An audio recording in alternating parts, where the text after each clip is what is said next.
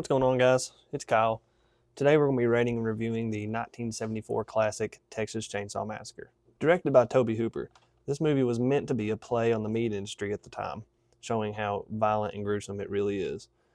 While in the movie, the humans that we see, our gang of characters, are getting treated how pigs would be if they were on a farm. The final piece of backstory I'll give for this movie is that Leatherface is based on Ed Gein, and the house he's in is kind of based on Ed Gein because the real-life serial killer Ed Gein had couches and chairs.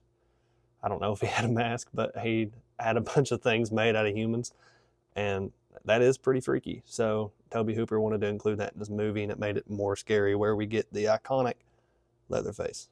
So the movie starts us off with a big Star Wars type rollout text that's letting us know that everything we're about to see is all spooky, and that's going to mess us up. Franklin.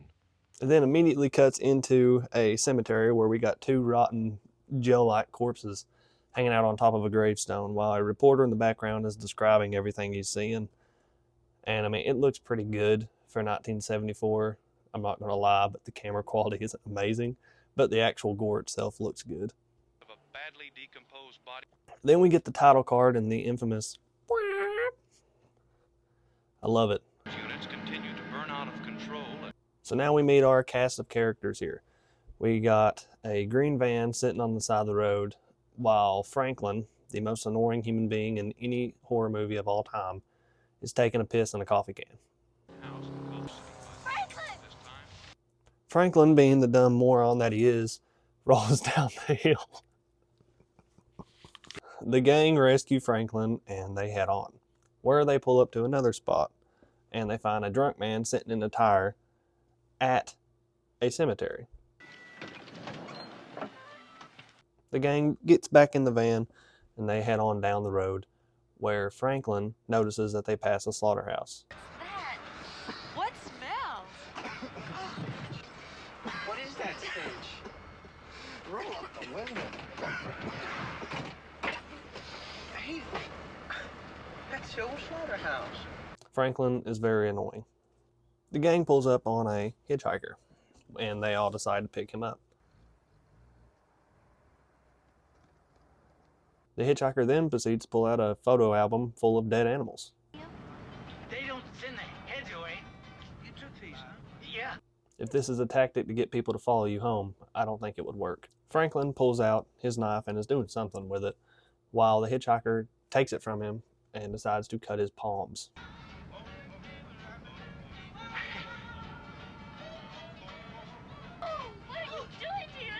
The van, obviously, scared to death that a random stranger is in their van cutting himself, start to get a little bit worried, and that's when the hitchhiker pulls out his camera and starts taking pictures of everybody. Hitchhiker asks Franklin if he's going to pay up for the pictures. Franklin declines, and so the hitchhiker pulls out some gunpowder and lights him on fire. And almost immediately after, he takes the same knife and cuts Franklin on the arm. The gang decides that that's not very cool and they kick him out. Meanwhile, Pam in the front of the van has been reading horoscopes. The gang realizes that they need some gas, so they pull up to this gas station. How are you? Would you fill her up, please? I got no gas. You boys don't want to go mess around the old house? Franklin, being the big goober he is, asks the shopkeep if he knows where this old house is that he's looking for. The shopkeep doesn't really seem to know what he's talking about and asks if he wants some barbecue. The gang make their way inside the house, while Franklin slowly follows. Hey, wait a minute. Come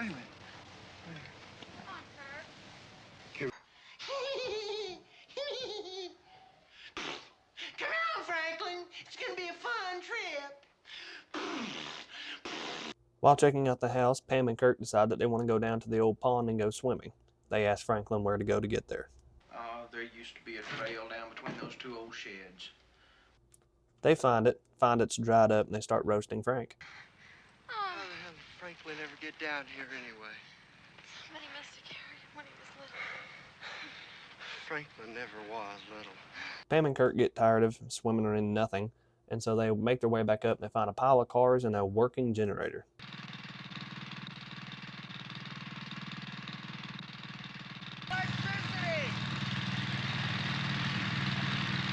For some reason, they feel the need to walk up to the front door of this person's house and knock on the door. Then a random tooth from the tooth fairy flies from the ceiling and lands on the deck. Then Kirk picks it up and throws it at Pam.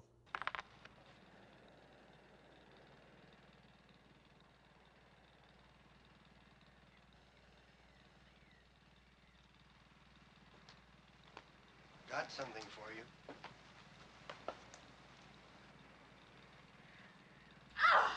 I don't know why, once the tooth hit the deck, you wouldn't just run away, but apparently there's some brave souls. This is when the good parts of the movie start. Kirk walks in the house and is seeing a wall of dead cows.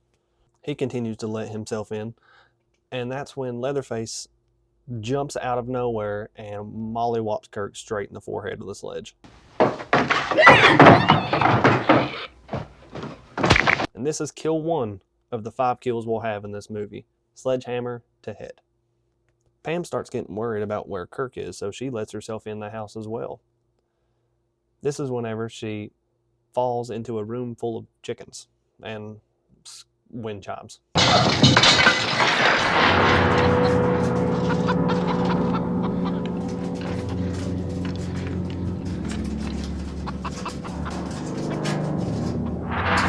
Instead of immediately running whenever she sees a wall of body parts, she decides to hang out in there, smell it, and start gagging. She stands up, pretending like she's drunk all of a sudden and doesn't know how to run, so she trips and falls until she falls directly in Leatherface's hands.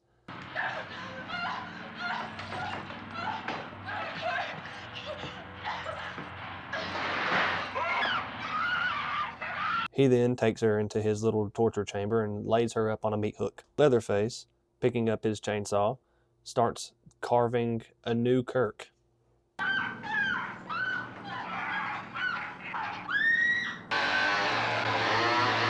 Then the scene hard cuts to Sally and Jerry wondering where Kirk and Pam are. Franklin is still tore up about the hitchhiker. Before it gets too dark, how do I get there, Frank? Well, there's a trail down there between them 2 old sheds. What are you doing? Franklin needs to get smacked across the mouth. Jerry decides now's a good time to run off and look for his fallen friends, but Franklin insists that Sally stay with him so he can find his lost pocket knife. Jerry finally locates the house of Leatherface and starts knocking on the door. Pam, is that you?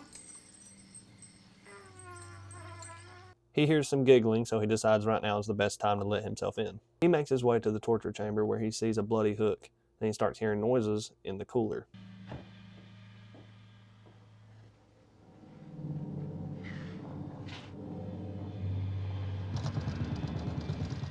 Leatherface takes care of that.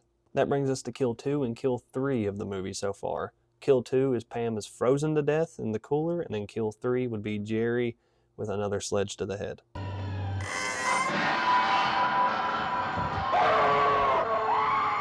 This gets Leatherface really excited, so he starts running around the house, hooting and hollering.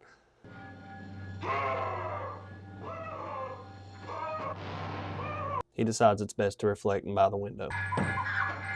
Back to Sally and Frank at the van, you start hearing the horns start blowing very erratically. Frank suggests going back to the old gas station to see if they can help.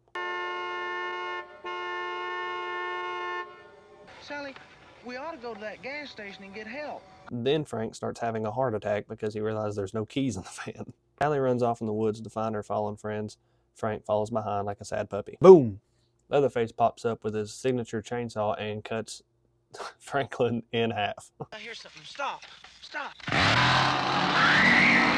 Brings us to kill 4 of the movie, Frank with the chainsaw. Leatherface, having no trouble killing anybody else, chases Sally around the woods for several minutes, and then she gets stuck in a briar patch. She decides to scream for 7 minutes, which eventually leads Sally into the front door of Leatherface's house. She runs in, locking the door, and Leatherface, using his chainsaw, lets himself inside. Sally, instead of looking for an outdoor entrance, runs straight upstairs into a room with a dead guy and an almost dead Papaw. Leatherface lets himself in, so Sally runs out the window.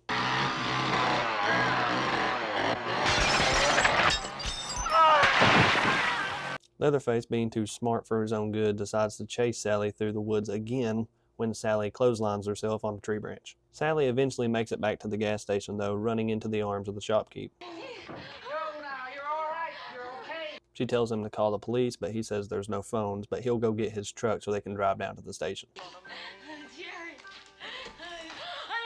Shopkeep pulls up with a burlap sack and ushers Sally to get inside.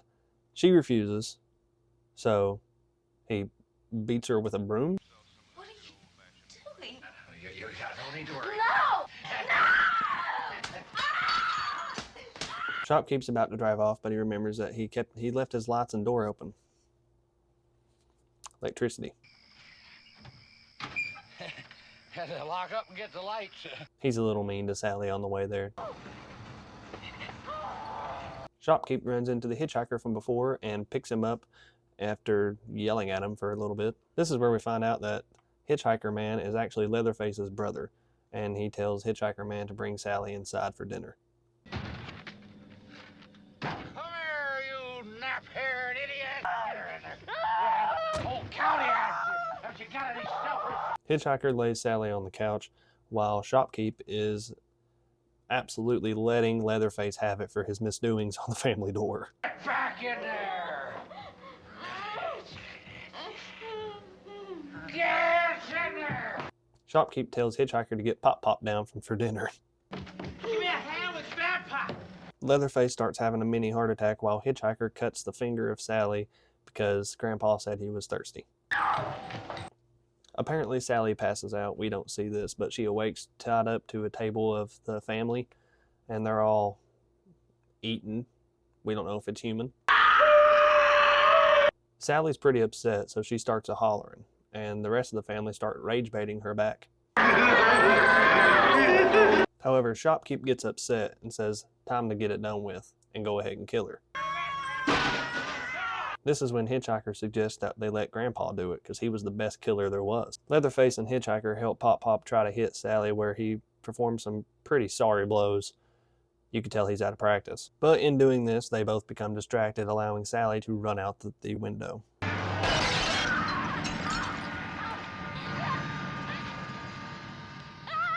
Sally limps out to the road where she flags down a trucker who jumps out of the truck and is also getting chased by Leatherface. The trucker, for some reason, had a pipe wrench in his pocket and absolutely let Leatherface have it with a good throw straight to the noggin.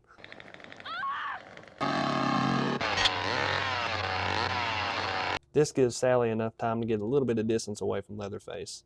Then a blue pickup pulls up, skirts to the side of the road, and allows Sally to get in the bed.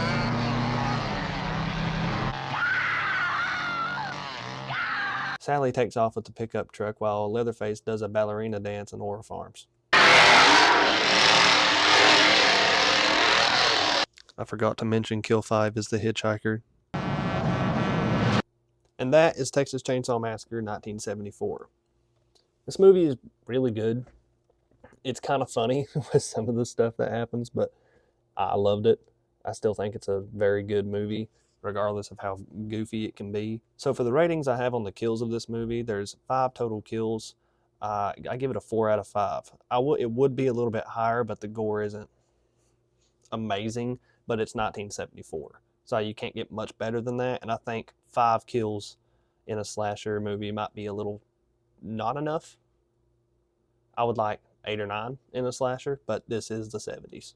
The pacing of this movie is a 5 out of 5. It's quick. Like, it's only an hour and 20 some minutes long, and it gets going really fast. Like, the movie starts, you get like the spooky title card, and then you immediately get 2 gory bodies, and then directly after that you get a van, and it just goes quick. There's really nothing that's keeping you bored besides maybe Franklin.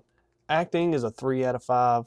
I think the family, everybody in the family does really good. They're really good actors. Like, you actually think they're crazy. Most of the college students seem to have good acting skills, but Franklin ruins it.